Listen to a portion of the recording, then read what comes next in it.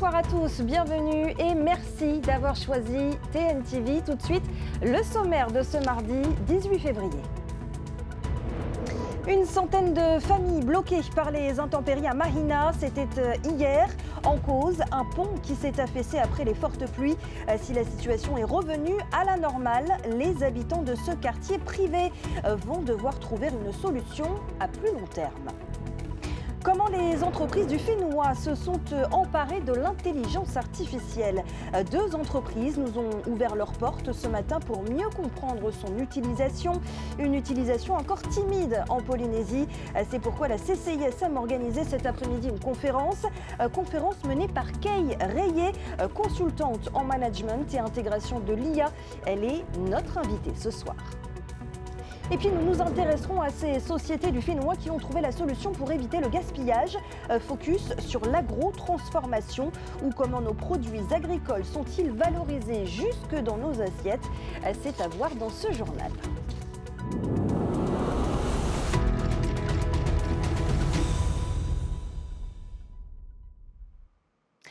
Plusieurs dizaines de familles se sont donc retrouvées coupées du monde. Hier, c'était à Mahina.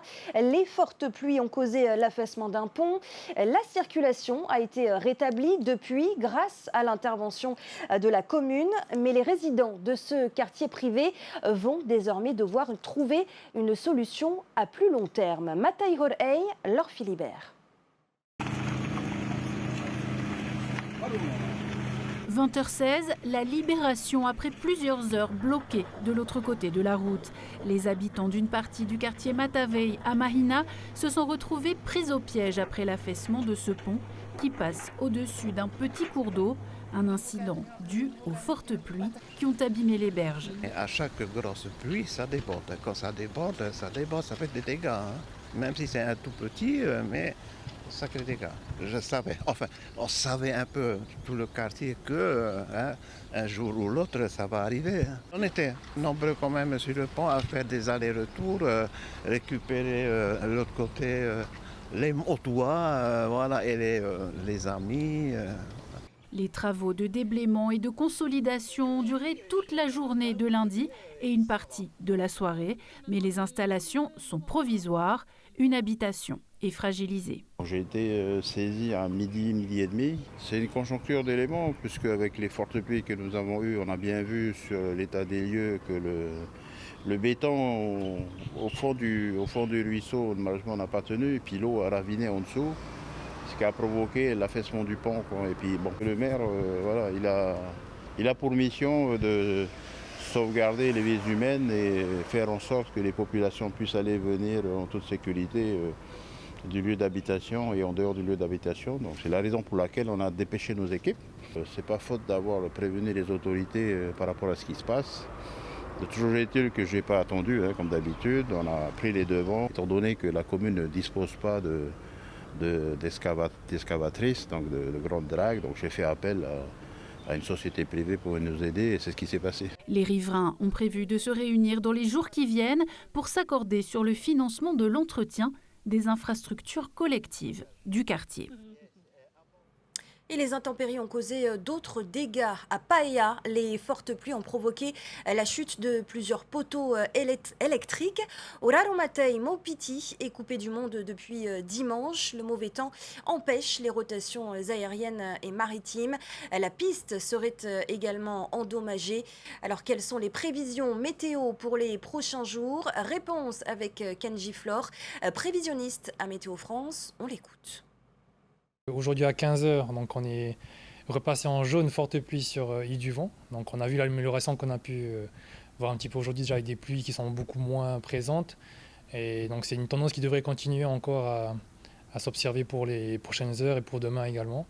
Donc on est sur une amélioration pour Tahiti et Moorea. Par contre, sur les îles sous le vent et Mopelia aussi. Donc là on est toujours sur un temps très perturbé avec la vigilance orange qui est maintenue aux îles sous le vent et qui a été propagée aussi sur Mopelia. Pour le vent violent aussi qu'on a pu observer donc, sur la société et aux Australes.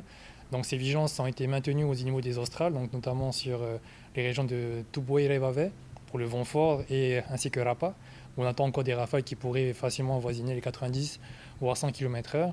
Les Gambiers, on attend une dégradation orageuse pour cette nuit déjà, donc on est passé en jaune orage du coup pour cet archipel. Donc une dégradation qui va se propager plus nettement à partir de cette nuit et vraiment se généraliser sur l'archipel des Gambiers à partir de demain, donc demain mercredi. Et ensuite, ça devrait continuer à se propager sur le sud Tuamotu ainsi que l'est des Tuamotu également. Donc Reao jusqu'à Tematongi, Morurua. Voilà. Je vous le disais en titre, les entreprises avaient rendez-vous cet après-midi à la CCISM pour mieux comprendre les mécanismes de l'intelligence artificielle. Au Fénois, seule une poignée utilise l'IA. Pourquoi ? Quels sont les freins ? Avant d'en parler avec notre invité, voyez ce reportage sur 2 sociétés polynésiennes qui ont intégré l'intelligence artificielle dans leur process. Liora Bounik, Tauhiti, Tauniwa Moussan. Dès le mois prochain, tous les salaires augmenteront de 50%. Une hausse de 50% des salaires, trop beau pour être vrai. Vous l'aurez compris, cette vidéo qualifiée de deepfake a été fabriquée de toutes pièces par une intelligence artificielle.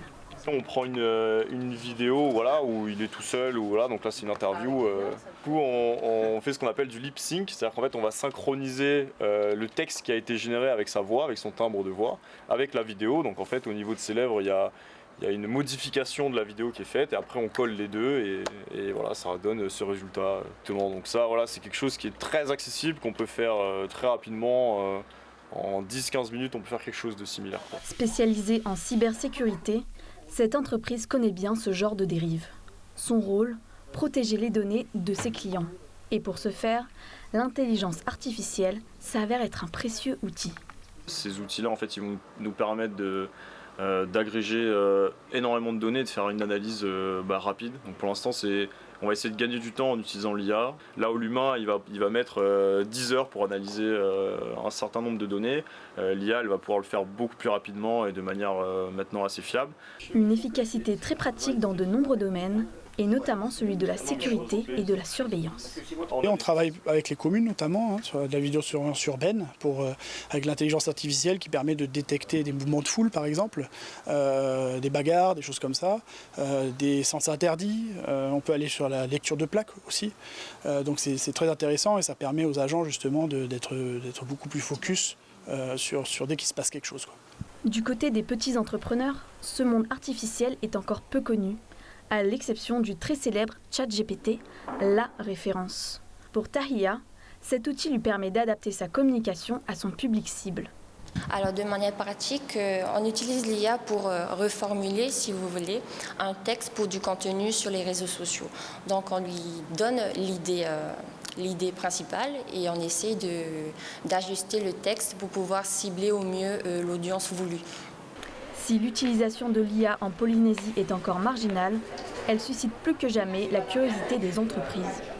Cet après-midi, elles étaient nombreuses à la conférence de la CCISM pour tirer le meilleur de cette nouvelle technologie, sans pour autant tomber dans ses travers. Keireye, bonsoir. Bonsoir. C'est vous qui avez animé cette conférence à la CCISM cet après-midi. Vous êtes consultante en management et en intégration de l'IA en entreprise. L'année dernière, vous avez fondé votre plateforme en ligne, une plateforme baptisée aitraining.cool. Elle sert à aider les entrepreneurs qui veulent intégrer l'IA dans leur quotidien. Concrètement, comment est-ce que vous les aidez ? Alors concrètement, avec l'arrivée de ChatGPT, un des plus gros IA, comme dit dans le reportage, nous avons constaté pas mal de freins et pas mal de peurs autour de cette intelligence artificielle. Et nous, on a une approche vraiment très vulgarisante pour aborder l'intelligence artificielle avec des mots simples et avec un jargon qui est compréhensible par monsieur et madame tout le monde. Donc notre volonté, c'est vraiment de remettre l'intelligence artificielle au cœur, mais surtout remettre de l'humain dans l'intelligence artificielle. Concrètement, comment vous les aidez, ces entreprises, au-delà d'éliminer ces peurs finalement? Comment est-ce qu'elles peuvent intégrer l'IA dans leurs entreprises? Déjà, dans les métiers de base, comme la communication, comme les RH, comme le management, la gestion de projet, on peut très bien utiliser l'intelligence artificielle pour simplifier les tâches chronophages. On a tous des tâches administratives qui sont lourdes, qui prennent beaucoup de temps et qui nous empêchent justement de se concentrer sur là où elle est notre force. Et nous, on forme, on accompagne, on sensibilise, on permet aux entreprises aussi de choisir le bon IA pour leurs besoins. et du coup d'implémenter dans les métiers, dans les tâches de tous les jours. Donc c'est ça concrètement les avantages de l'IA pour les entreprises? Il faut quand même savoir qu'il y a 50% de gains de productivité, il y a 37% moins d'erreurs humaines qui sont grâce aux intelligences artificielles. Et ça permet justement d'être beaucoup plus productif et beaucoup plus efficace. Est-ce qu'on connaît le nombre d'entreprises en Polynésie à avoir intégré l'IA aujourd'hui? Alors c'est un chiffre qui est encore inconnu, parce que comme on le dit très bien, c'est encore très timide au jour d'aujourd'hui. Il faut savoir que 50% des entreprises ne sont même pas encore numérisées, digitalisées ici en Polynésie. Donc on a encore un chemin à faire. Donc c'est ça finalement le frein au développement de l'IA en Polynésie. Quels sont les freins au développement de l'IA? Alors les freins sont surtout d'un aspect humain, mais aussi d'un aspect d'expertise technique. Il y a encore très peu d'entreprises locales qui proposent des solutions intelligence artificielle qui ont l'expertise. Et donc du coup, on a le frein de la distance, mais aussi les freins humains qui sont quand même majeurs. On a peur de perdre ses métiers, on a peur aussi de la confidentialité des données.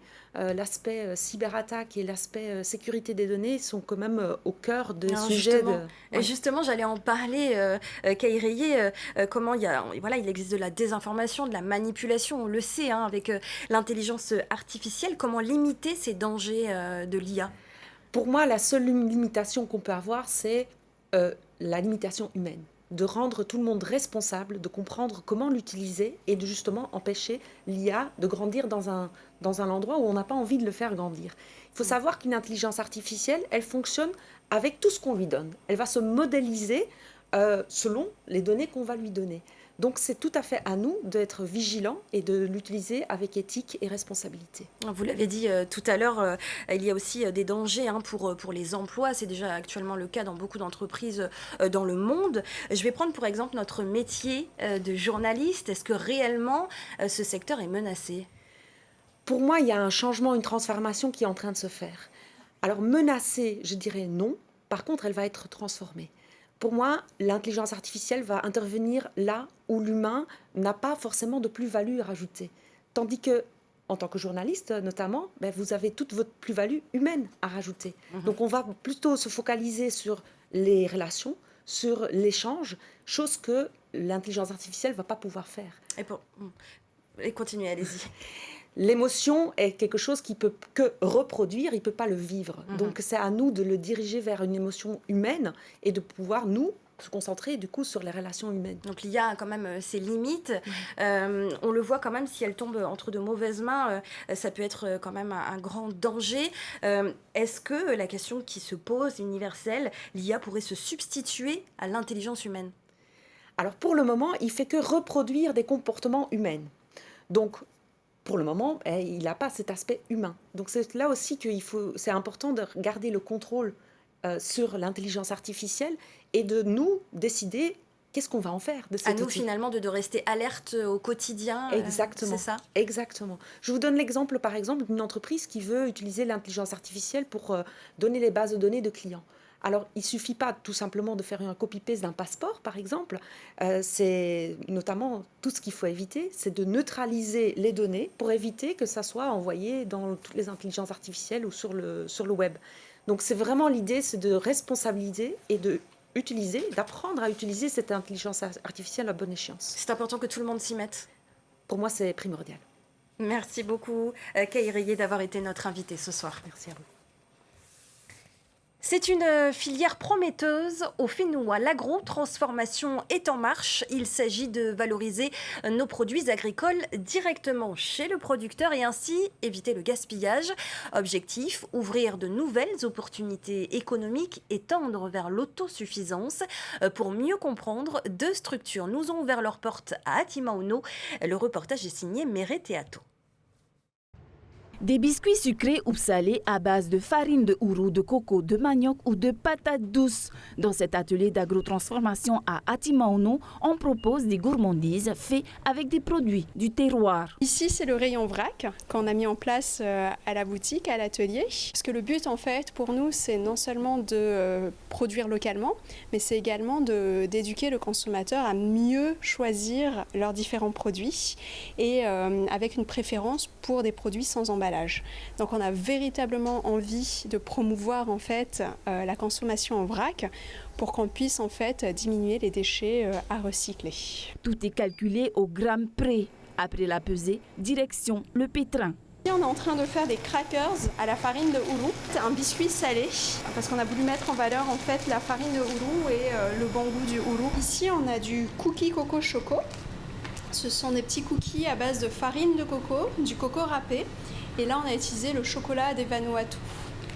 Épluché, découpé, emballé. Dans l'atelier voisin, Niki Vergne travaille les mêmes produits, mais pas pour le même public. Fort de 3 ans d'expérience dans la préparation de ma'atriti au four tahitien, il s'approvisionne aujourd'hui auprès d'une dizaine d'agriculteurs. De quoi fournir 1 à 2 tonnes de denrées aux écoles de Tevayuta, Tearopu Est, Bora Bora et Paea, soit un total de 5800 élèves. Je pense que c'est une mission de vie. Maintenant, on a analysé un peu le marché, les problématiques du côté des agriculteurs et du côté des cantines. Donc on est venu apporter des solutions qui, après 3 ans, je pense qu'on est sur la bonne voie, on est viable pour du long terme.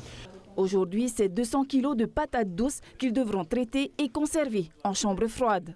Un produit local qu'il espère détrônera la pomme de terre dans les assiettes des petits écoliers. C'est juste un choix aussi, un choix au niveau de nos tawanas qui ont cette responsabilité des cantines scolaires primaires et élémentaires. Qu'est-ce qu'on veut donner à nos enfants?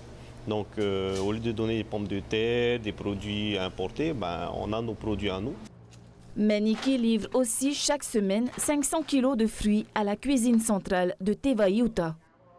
Nous avons du ourou partout, nous avons des bananes partout, nous avons du taro, des maniocs un peu partout dans toute notre Polynésie et ici aussi à Terehe-Amanu. Donc si nous valorisons ces 10 produits autrement, que nous les mettons dans un circuit de commercialisation organisé, nous allons réussir notre pari. Et puis lier l'alimentation à la santé. Si nous arrivons à mettre ces produits dans les assiettes des enfants, nous allons réussir dans une seconde étape à amener ces produits dans les assiettes des familles. D'ici juillet 2025, le maire de Terehe-Amanu accueillera un nouveau magasin d'alimentation qui mettra en valeur les produits du Fénois. Et c'est la fin de ce journal. Merci de l'avoir suivi. Juste après, retrouvez Ramzi Malouki dans Ciné Nuit, suivi du film de ce mardi sur la Terre des dinosaures. Enfin, retrouvez la série Les Chemins de l'étrange. Très belle soirée sur notre antenne. À demain. Retrouvez ce journal en replay sur notre site internet et notre application mobile TNTV.